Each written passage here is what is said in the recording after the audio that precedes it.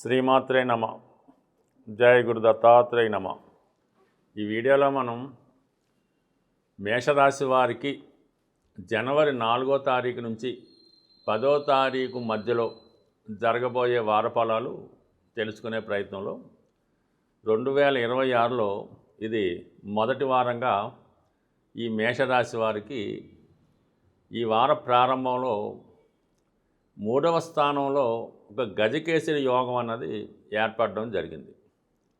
ఈ యోగ ప్రభావం వల్ల జాతకుడు అత్యంత ఆత్మీయులైనటువంటి స్నేహితులను కానీ బంధుమిత్రులు కానీ కలుసుకోవడం జరుగుతుంటుంది. వారితో కలిసి ఏదైనా ఒక పుణ్యక్షేత్రాన్ని కానీ ఒక విహారయాత్రకు కానీ వెళ్ళడం జరుగుతూ ఉంటుంది. అలాగే మీరు ఒక అత్యంత ఆత్మీయుడైనటువంటి మిత్రుడిని కానీ మీ యొక్క గురువు గారిని, అంటే చిన్నప్పుడు పాఠాలు నేర్పిన గురువు, మిమ్మల్ని మంచి మార్గంలో పెట్టే గురువు అవ్వచ్చు, లేదంటే మీ తండ్రి సమానమైన వ్యక్తులు మిమ్మల్ని కలుసుకోవడం జరుగుతుంటుంది. వారితో కొన్ని ముఖ్యమైనటువంటి నిర్ణయాలు తీసుకోవడం జరుగుతూ ఉంటుంది. ఏదైనా ఒక గృహ నిర్మాణం కొరకు కానీ ఒక వ్యాపార ప్రారంభం కొరకు కానీ చర్చించుకునే అవకాశం ఉంది. మీరు కొంత పెట్టుబడి పెట్టే విషయంలో మీ యొక్క దగ్గర వారిని సంప్రదించి ఒక నిర్ణయం కూడా తీసుకోవడం జరుగుతూ ఉంటుంది. అలాగే 9వ స్థానంలో ఒక 4 గ్రహాలు ఏర్పడడం జరిగింది. తృతీయ భాగ్యాధిపతుల మధ్య ఏర్పడినటువంటి పరివర్తన యోగ ప్రభావం ఏంటంటే, ఏదైనా ఒక విదేశం వెళ్దామనే ప్రయత్నం కానీ దూర ప్రాంత ప్రయత్నం కానీ ఉన్నత చదువుల కొరకు వేరే ప్రాంతానికి వెళ్ళడానికి, అది వ్యక్తిగతంగా మీకు కానీ మీ సంతానంలో ఒకరికి కానీ కొన్ని ముఖ్యమైన నిర్ణయాలు తీసుకొని దానికి తగినటువంటి ఏర్పాట్లు కూడా చేయడం జరుగుతుంటుంది. అంటే మీ యొక్క పిల్లలకి, లేదంటే మీరు చిన్నవారంటే మీ కొరకు ఏదైనా ఒక మంచి యూనివర్సిటీలో సీటు రిజర్వ్ చేసుకోవడం, అలాగే కొంత రికమెండేషన్ కూడా తీసుకొని వారికి విద్య కొరకు ప్రాధాన్యత ఇవ్వడం కూడా జరుగుతూ ఉంటుంది. ఏదైనా ఫ్యూచర్ కోసం కొన్ని ముఖ్యమైన నిర్ణయాలు తీసుకోవడం జరుగుతుంటుంది. పిల్లల అభివృద్ధి కోసం ఎక్కువగా శ్రమపడడం, వారి గురించి ఏదో ఒక విద్య కొరకు ఏదైనా ఒక కాలేజీలో సీట్ రిజర్వ్ చేయడం కానీ, లేదంటే ఏదైనా ఒక వ్యాపారాన్ని కానీ ఒక ఉద్యోగాన్ని కానీ వారి కొరకు ఇప్పటి నుంచే తగు ఏర్పాట్లు చేసుకునే ప్రయత్నం చేయడం జరుగుతూ ఉంటుంది. ఇక ఆర్థిక పరంగా అనుకున్నప్పుడు ఈ ధన సప్తమాధిపతిగా ఉన్నటువంటి శుక్రుడు 9వ స్థానంలో ఉన్నప్పటికీ కూడా రవితో కంబస్ట్ అవ్వడం వల్ల, అస్తంగత్యం చెందడం వల్ల, ఈ శుక్రమౌఢ్యం వల్ల ఆర్థిక సంబంధించిన విషయాల్లో ఎక్కువ ధన వ్యయం జరుగుతుంటుంది. కుటుంబ సభ్యుల కొరకు, కుటుంబ అవసరాల కొరకు ఎక్కువగా ధనాన్ని ఖర్చు పెట్టడం జరుగుతూ ఉంటుంది. అలాగే ఏదైనా ఒక శుభకార్యం నిమిత్తం కూడా కొంత ధనాన్ని ముందుగానే ఖర్చు పెట్టడం కానీ, ఇన్వెస్ట్ చేయడం కానీ, రిజర్వ్ చేయడం కానీ జరిగే అవకాశం అయితే ఉన్నది.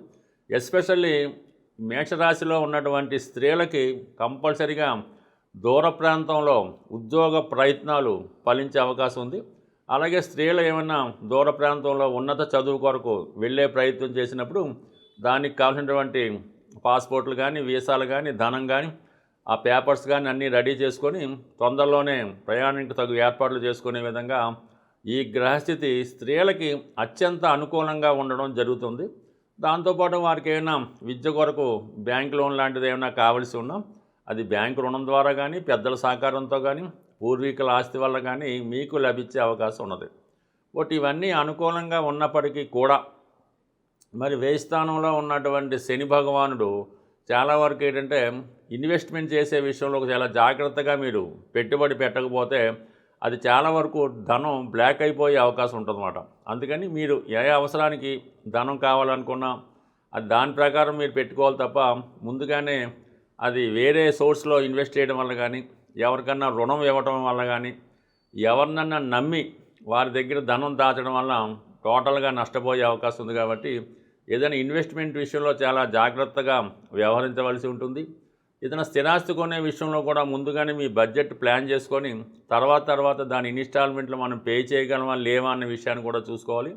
అలాగే పిల్లల్ని విద్యలో కాలేజీలో అది జాయిన్ చేసేటప్పుడు వాళ్ళకి సంవత్సరానికి నెలవారికి అయ్యే ఫీజు ఏ విధంగా చెల్లించాలి, దాని కొరకు కూడా ప్లాన్ చేసుకోకపోతే టెంపరీగా బాగున్నప్పుడు కూడా లాంగ్ టర్మ్లో కొన్ని ఇబ్బందులు పడే అవకాశం ఉంటుంది. కాబట్టి ఫైనాన్స్ ప్లానింగ్ చాలా జాగ్రత్తగా ఉండడం మంచిది.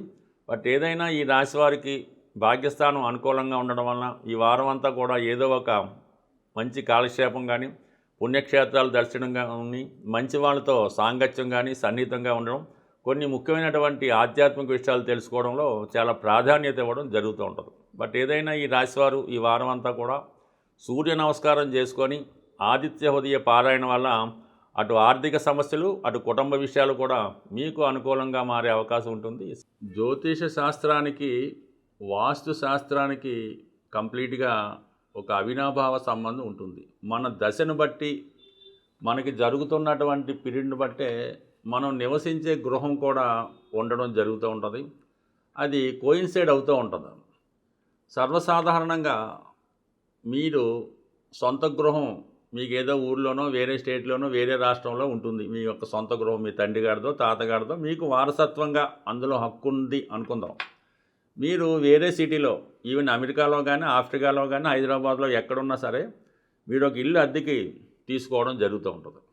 కేవలం మీ సొంత గృహంలో ఎటువంటి వాస్తు దోషం ఉంటుందో అదే వాస్తు దోషంతో ఉన్న ఇల్లు మాత్రమే మీకు దొరుకుతుంది అద్దెకు ఉండడానికి.